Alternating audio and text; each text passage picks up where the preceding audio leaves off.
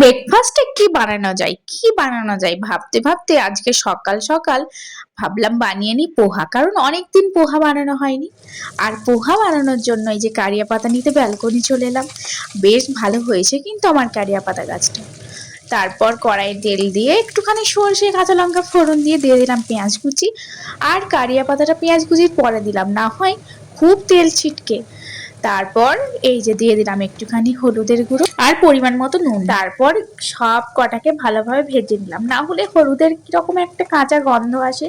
ভালোভাবে ভেজে নিলে কাঁচা গন্ধটা আসে না। এরপরে চিড়েটাকে আমি 5 মিনিটের জন্য একটুখানি হালকা জল দিয়ে ভিজিয়ে রেখেছিলাম। তারপর সেই চিড়েটা দিয়ে ভালোভাবে ভেজে নিলাম। উপর থেকে ছড়িয়ে দিলাম একটুখানি লেবুর রস। লেবুর রস দিলে টেস্টটা না দারুণ আসে। তাই এই যে উপর থেকে একটুখানি লেবুর রস দিয়ে দিলাম আর ভালোভাবে চিড়েটাকে ভেজে নিলাম। দেখুন আমার পোহা কিন্তু একদম রেডি হয়ে গেছে ব্রেকফাস্টে খাওয়ার জন্য।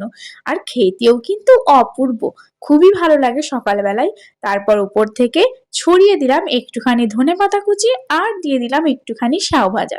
ব্যাস রেডি, খাওয়ার জন্য একদম প্রস্তুত। তাই এই যে সকালবেলায় ব্রেকফাস্টে উপভোগ করলাম এই বেলকনিতে বসে বসে। Bye bye.